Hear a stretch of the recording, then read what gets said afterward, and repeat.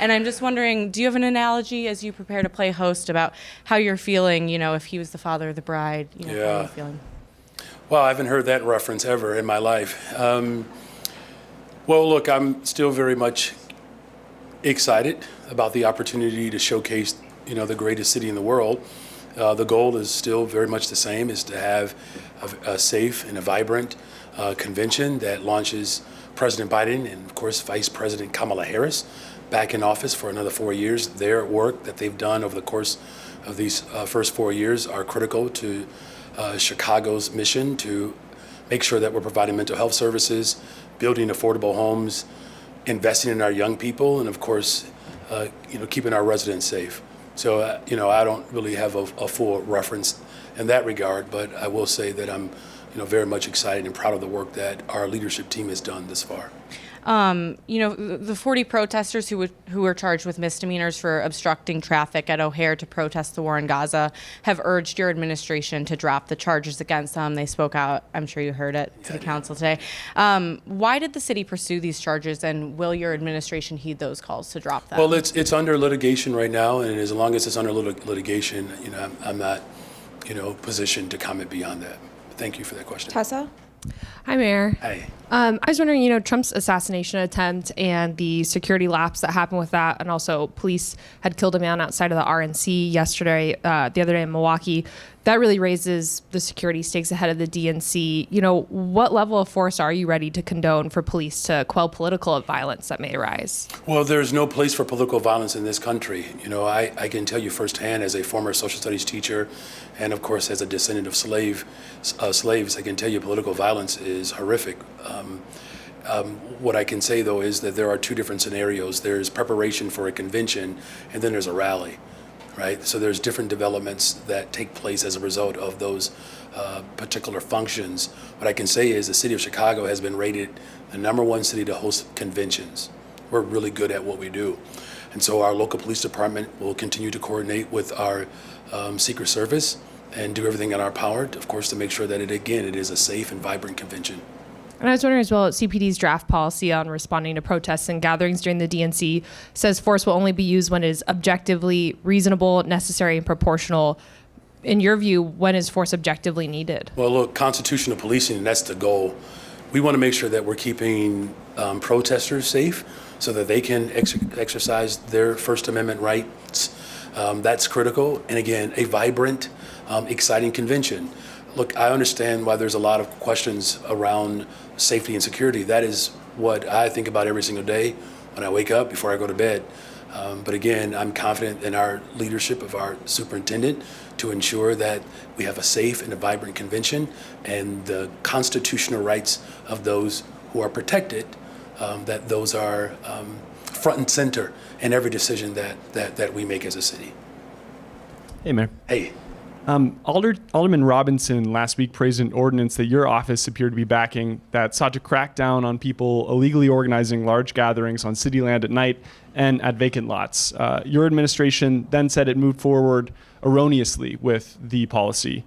What happened there, and what more is being done to address the so-called teen trend events that ordinance was targeted at? Well, I've made this very clear that I believe that we have to create more spaces that are safe for our young people to find their purpose and just to enjoy this city. The ultimate goal is really to prevent, unfortunately, the round of mass shootings that have taken place all over the country. The goal is to make sure that we don't have dynamics and situations that can lead to people getting hurt and harmed. So, for instance, I don't know if you remember, Jake, I don't know if you had started yet, but there was an illegal gathering that took place in North Lawndale, and it led to a mass shooting. All of the regulations that we have in place were all circumvented, and I'm putting that mildly and politely. So there is a degree in which we have to ensure that in some instances where you have landlords who do not live in the neighborhood or the city at all, where they own property, and someone else is able to use that property for a particular dynamic or thing that they claimed was going to take place there, and then something else happens there. And then we have these illegal gatherings, and we want to ensure that those don't happen. as far as what happened there, end quote, it was erroneously posted. I mean, you talked about the need just now to prevent landlords to do things or people from using properties illegally like that for such gatherings. Do you think that there needs to be more enforcement or stronger fines? Well, look, that's exactly like what I'm saying, is that there are challenges there, real challenges there. And, our team is working to address those elements. Those elements of bad actors who are not responsibly holding up to their responsibility as a landlord. So when I covered the convention 28 years ago under Mayor Daley, when I believe Leslie Fox was the executive director, the concern was how do we cage or contain protesters. Now the concern in the communities is what public safety assurances do we have, considering that we're already under-policed. And a symptom of that is these teen flash mobs that have affected my neighborhood and crippled them to the point that people are ready to practice their Second Amendment rights because we're sick and tired of it. And people are also sick and tired of the police not wanting to do their jobs because they say you ordered them to stand down and not do anything unless there was any damage to property, which there has been, and any threat to life and limb. I think I heard your question. I hadn't finished. Hold on. Well, I because think I they heard have your BB question. guns among those jail things. You've asked your question. What is being done to ensure safety? I got it. So your question was, how are we going to ensure safety even beyond the convention? Because life is still happening in Chicago. And I'm glad you asked that question. That's important. Not only is life still going on, school starts the next week. There are a number of events that are happening prior to the convention. The neighborhoods will not be harmed as a result of the work that we will do to create a safe and vibrant convention. It won't be. Look, I still live in the very neighborhoods, as I've expressed multiple times, where disinvestment has existed and where violence has been pervasive. Public safety is my number one issue. I wake up thinking about it, I go to bed thinking about it. And so there will continue to be police presence on all the respective beats and districts. But I will say this lastly, it's not policing alone. That is not the answer. It's going to take all of us to build a better, stronger, safer Chicago. And that's why our administration has launched Taking Back the Blocks, where we're showing up in the neighborhoods with resources. Where there is pervasive violence, there's also abject poverty. And so we have to address both of those. But again, policing in and of itself will do its part even during the convention. Thank you for that question. My neighborhoods, surrounding neighborhoods in my area aren't impoverished, and they want fines. And they want the money from those fines used to reinvest in community policing, in a specific public safety plan for our areas, and a general public safety plan. Well, we have the public safety. Yeah. No, look, you're right. It's about accountability and opportunity. Those investments, we're already seeing the fruit of that. $1.25 billion investment for neighborhood development as well as housing. But we also have 27,140 roughly young people that have jobs this summer. That's a 32% increase since I've been in office. So the vision that I'm carrying out is reflecting the values of the city. We're going to Sarah. We're going to Sarah. Thanks.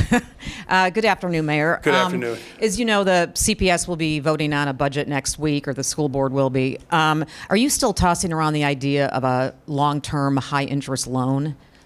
Well, as you know, there's been structural damage to our public schools for a very long time. The Chicago Public Schools, the Board of Education, my office, we're all working together to ensure that the children of the city of Chicago receive a high-quality education. One of the things, of course, that I've been very clear about, and all of us are on the same page for the first time, we have shifted to evidence-based budgeting. This funding formula allows for equity to be the top consideration, or really the model for how we fund our schools. Now, as a result of that shift from previous administrations to embrace that model, the state of Illinois, they're clear that the city of Chicago and our residents, it's a $1.1 billion investment from the state of Illinois by adhering to the funding formula model that they actually have accepted. Now, as far as what we do in the meantime, I can tell you this emphatically. As a former public school teacher and as someone who relies upon public schools, my children For the first time in the history of Chicago, the mayor of Chicago actually sends their children to Chicago Public Schools. I'm not going to tolerate cuts to our children. Not going to tolerate it. And so there are a number of considerations that we have to make to ensure that our children get what they deserve. So are you still considering the As high I said, interest I loan? have not changed my mind about investing in our children. I will never change my mind. Does that mean that you're butting heads with your own school board? Well, what it means is what I've said, that I'm not going to accept cuts to the classrooms, to children. And the state of Illinois, and thankfully, the leadership of Leader Will Davis, which the funding formula was shifted, the state of Illinois rightfully owes the children of Chicago, the families of Chicago, $1.1 billion. But here's the dynamic and the element that I think we all should understand. It's not just our school district. I'm the first one saying it out loud. They're going to owe the second largest school district, U46, more resources. School districts in Waukegan, Tams, Illinois, East St. Louis, all of us are going to require the state of Illinois to up its investments in our young people. It's worth it. I can tell you, I'm a product of public schools. Most of my staff, my chief of staff, chief operations officer, product of public education, it works when we invest in it. Good afternoon, Mayor. Good afternoon. As I'm sure you know, there was reporting in the last 24 hours about the potential removal of the George Washington I knew statue. that was coming because the way you were just grinning, it's just like, I was going to be the first to ask about it, but I want to frame it in this way. As a former just teacher, ask the question. No, I'm where teasing. do you stand on public monuments depicting figures or events with mixed legacies, and will you be implementing any of the recommendations from the Monuments Task Force to remove or look at problematic monuments? No, look, first of all, well framed, right? Because there is a task force dedicated to this, and this wasn't not just confined to Chicago. This is all over the country, at the height of real massive resistance in this country after the George Floyd murder. It really challenged our country to look more critically around how we may be perpetuating the very violence that we claim that we want to disrupt. And so, first of all, look, this is not top of mind right now for my administration, admittedly. And I appreciate you framing it as a former public school teacher, because now I feel a little extra pressure. But it's not top of mind. I mean, yesterday I was on the west side of Chicago in my neighborhood delivering $5 million for flood victims, right? Making sure that our small businesses have the resources that they need. Semicolon, which I encourage everybody to go there. It's an amazing bookstore. Danny does an amazing job. It's on the Magnificent Mile. Go check it out. Go buy books. That's what I was focused on. Now, as far as like the intricacies of what you're ultimately trying to get out of me here, I'll say this emphatically. We do have a reckoning in this country because we do have to acknowledge that trauma. Look, I'm investing in mental health support. I can tell you, descendants of slaves have endured a level of trauma that, quite frankly, has not been documented. And there are instances when trauma can be perpetuated even unknowingly. And so there are some considerations that we have to make. There were 50 schools that were closed down in this city, named after monumental, significant leaders in this world, in this country. So I hope that answers your question, that it's not lost on me that we do have to have some real recognition to how certain symbols and presentations are not being completely towed. But again, my big mission right now is to make sure that we have safe communities. We're investing in mental health, building affordable homes, and making sure that our young people know that they are loved. I just had one more if Okay, possible. sure. I'm sorry to go long-winded on that one. That's But I think okay. that's actually a really good question. You win today. All right. Can you share at all where discussions are at between your administration and Alderman Martin's ordinance on lobbyist giving to mayoral campaigns? I noticed that was pushed again today. Yeah, so we've had really good conversations about the entire ethics package, right? I know you're speaking to one element of it, but it's an entire package. I would encourage all of you to read it. There's some things in there that I think are worth exploring. Look, we need to transform the way we do government in not just in Chicago, but quite frankly, the entire state of Illinois. And so whether it's making sure that we are responding to the fact that, 38 alders that have either been indicted or have gone to jail. I mean, that's a pretty sad, horrific record. And so it has to be a matter of how are we reforming our ethics that gets at what we ultimately want to get at, which is real transformation. I'm on record. I don't know if there's any other executive in the country There might be. That's speaking about public financing for elections. Like, what incumbent would say that, right? But that's how true I am. All right, thank you.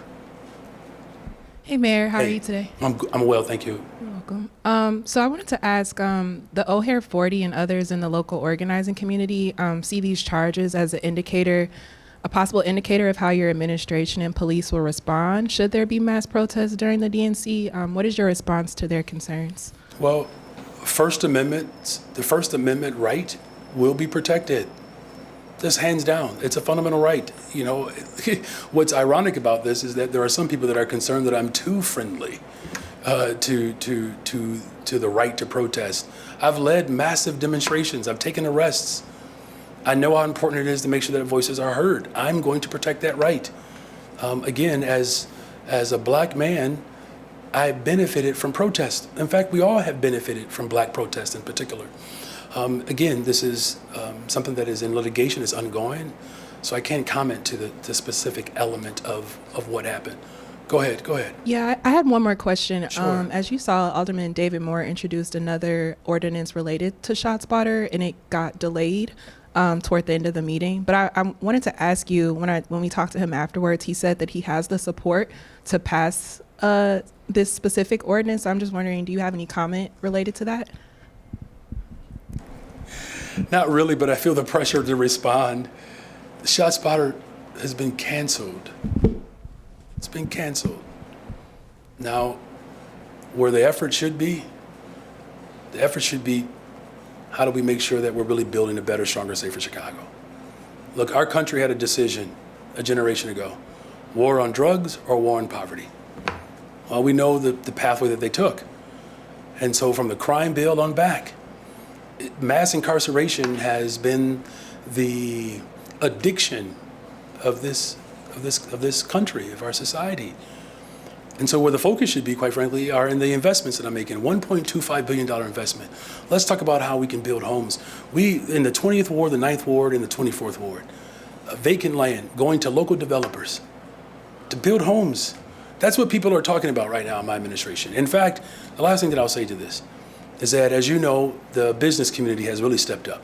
$100 million they've added to CVI. We had that report last week. That's what I'm talking about. That's the jam right there. Because now you have the governor, you have the president of the United States of America, you have the Cook County Board president, you have the mayor of Chicago, all talking about root causes and how we stop gun violence. Here's what I would recommend. Join the in crowd. We're the in crowd. We're leading in a loving way, not in a reactionary way that has proven to be quite disappointing over the course of the last 60 years. Lee? Hi, Mayor. How's it going? First of all, I'm well, and I thought you went away. I'm here. I mean, I'm not saying that like I want you gone. I'm You just saying it was thought- kind of a surprise. You thought you could get rid of No, me. I did not. In fact, Oh. no one could get rid of you. You're everywhere. Who you work Right. for? Well, I'm freelancing. Okay, Today it's freelance. for Go ahead and start your Southside own Weekly. business. Yeah. All right, so, go ahead. Freelance reporter. I really just came back for makeup tips, honestly. What's your secret? Oh, first of all, I'm kidding. no Don't disrespect. waste one of my questions. No, that's not a real question. But first of all, I don't know if you could react as well as I do to the Brandon Brown. Oh, man. I am part Sicilian, All right. so I can tan. Okay. All right. Anyway, so seriously, actual serious question. All right. So your last zoning chair resigned amid charges of bullying. Your new zoning or proposed zoning chair rather has also found himself in a PR mess for attending a rally where a flag was burned. Just wondering if you can kind of tell me a little bit behind the rationale of this latest pick. I mean, in all honesty, why not go with perhaps a more diplomatic alder to take some of the heat off your administration? Okay, I'm going to upset my director of communications. Could you give me an example of someone who's more diplomatic? I don't want to put words in your mouth. Of Okay, who no, but you that's should what pick. okay, I'm just saying, but you said someone more diplomatic. Among any of the alders, Like who? I guess. Like who? I'm asking you. Okay, no, who I mean, else because might- you offered up a characterization that somehow the one that I put forth is not diplomatic. That's all. And so Okay, just stay with me. I'm just saying I do appreciate the question, Yeah. but there's an assumption there. You're talking about someone who has fought against gentrification throughout the entire city of Chicago. Someone who is supportive of development and black and brown communities for affordable homes, public housing and social housing. Someone who has boldly taken on the machine that had controlled that ward for an entire generation, that caused the displacement of those very residents. And he stood up to them. Who do you want fighting for affordable housing and development in this city? Someone who believes that housing is a human right? Someone who believes that economic development should be focused in the neighborhoods and the people who have been harmed the most? Someone who has fought against gentrification? Someone who has shown a strong will and independence to bring a coalition of people together? That's the kind of person you want, and that's the kind of person that Sergio Lopez is. Yeah, let me just phrase it this way. I guess Byron Sergio Lopez has been in the media a lot over the last couple months, and it seems like he keeps landing in hot water. So I guess I'm just wondering, what was the rationale behind your administration of selecting somebody who seems to keep inviting criticism, and it seems like it's putting more heat on your administration. So that's why I'm just trying to kind of understand what the strategy there was a little bit. So there is no heat. We are a cool, collected, calm administration. There's no heat. I'll give you the rationale one more time. He has fought against gentrification. He is clear about the need for economic development as well as affordable housing. That's what the people of Chicago want. They want someone who understands the challenges that working people go through every single day. Quinn? Hey, Mayor. Hey. Alderman LaSpada today introduced a series of packages with his goal to eliminate all traffic deaths in Chicago. One of them is reducing the citywide default speed limit to 25 miles per hour. Are you in favor? Are you going to support those initiatives? First of all, I'm grateful for Alderman LaSpada's leadership. I mean, the attention that he has brought around traffic safety is amazing. About a month or so ago, maybe 2 months ago, I was in Montreal, Quebec, and I had a chance to meet the Daniel LaSpada of their local government there, and some of the neat things that they're doing in that particular bureau. As far as this particular measure, we're looking at it. It's up for discussion and debate. Obviously, there are things that all of us will do to tighten, to strengthen, to provide structure and support to the best of our ability to ensure traffic safety. So I'm excited about the fact that we actually have something that we can debate and look through. The suits that Quebecois Dan LaSpada must have must be quite a look. Second question on the DNC. What is wrong with you all today? Started off with me getting a picture as soon as I walked in here. You all are great. You reminded me of my 8th period class, by the way. The last day of school. Blood sugar's low today. At the DNC, do you expect to speak? Will you be speaking at the DNC? You're making me blush. Look, my main focus right now is ensuring that we have a safe, vibrant convention that propels President Biden, Vice President Kamala Harris back in 4 years. Look, I'm not trying to obfuscate your question. What I'm saying is I'm not focused on speaking at the DNC no more than I'm focused on removing statues right now. And I'm not saying that neither one of those things are important. What I can say most importantly is that Republicans are a real threat to everything that we're doing in Chicago. They're very clear. They're trying to eliminate public education, the Department of Environment. I just reinstated that. They're not committed to the type of infrastructure that's needed to transform our cities. They certainly don't have any answers around immigration or reforming immigration. They are not interested in doing any real work. So quite frankly, and I appreciate the question, and again, I'm doing what is asked of me in this moment. And what that is ensuring a safe, vibrant, exciting convention. I will tell you this, young people may have curfews, but the mayor of Chicago doesn't. And so that week, I'm going to be available for the most part, all day, every day, to ensure that people see the very best of what America has to offer. And everybody knows everything that's dope about America comes from Chicago. Good afternoon, Mayor. Good afternoon. DFSS said today that the homeless encampment under the Dan Ryan at 1100 South Des Plaines was swept recently because of concerns over the DNC. What is the concern there, and how does an action like this reflect progressive values? Yeah, so first of all, it was not the response of the DNC. My goal is to transform our city so that we have a real response to homelessness in this city. And we offered people a place to stay, and most of them took it. And I'm going to slow down just for a second because this is important. The level of trauma that people are experiencing on the streets of Chicago is quite severe. So there should be no judgment why we have to go to people and encourage them to come inside. But I'm grateful that our team stood up and responded. You know, this is not a new practice, first of all, but we have been far more adamant about making sure that the unhoused have real dignity. So this was not a response to the DNC, because guess what? It's not like because the DNC is here that they're not homeless people in the country. And it certainly doesn't mean that homelessness is going to go away once the DNC leaves. I have, for the first time in the history of Chicago, and I'll close here, we have a chief homelessness officer. It's never existed before. Can I tell you how serious I am about this? My brother, who had untreated trauma, died addicted and unhoused, would never treat people the way I'm going to treat people the way I believe the system should have treated Leon. So when did your administration make this decision, and did the alderman ask you to as well? No one has to ask me to lead. I just do it. In the words of Shaka Khan, I do it naturally. This has nothing to do with the DNC. You've known me for some time. I've been telling you that 70,000 unhoused people in the city of Chicago. I don't need a convention to lead.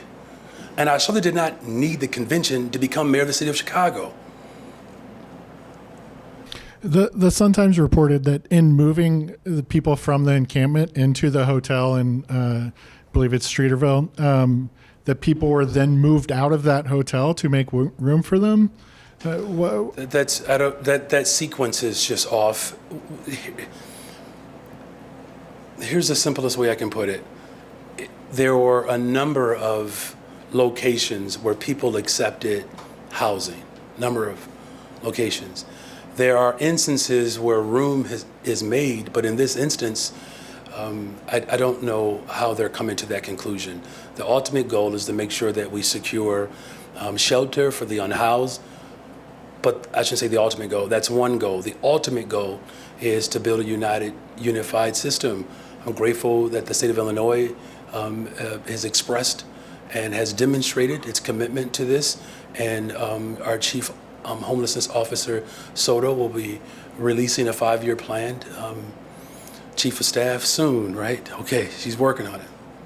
And separately, why was it appropriate for taxpayers to be on the hook today for the vote? They voted to agree to the severance package for the former chief procurement officer, and it was not disclosed the financial settlement involved in that severance.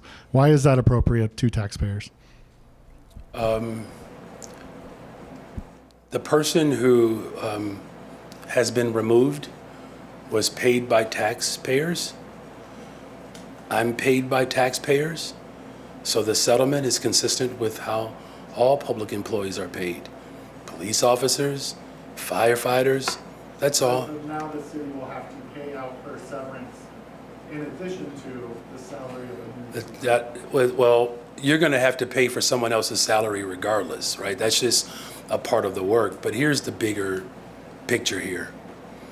There were 50 alders who voted for this measure. You know why? Because everyone is in agreement that we have to do development better, faster, and more equitable. They're trusting my leadership here. They're trusting my leadership.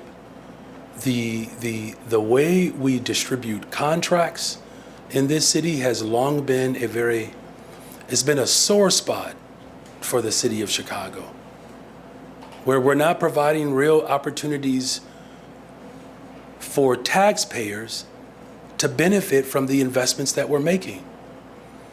Today of all days is a very clear indication. When I talk about $1.25 billion of an investment, when we talk about the airlines deal, when we talk about Google, Chase, the fact that we are the #1 relocator for corporate headquarters anywhere else in the country, the fact that we are doing development downtown, changing office spaces into homes and making them affordable, the Cut the Tape initiative, you know what today said? That the city of council recognizes my leadership in this moment, and they trust me. They trust me. Are there any other questions today? All right, you all enjoy the weekend. Thanks all. All right, thank you.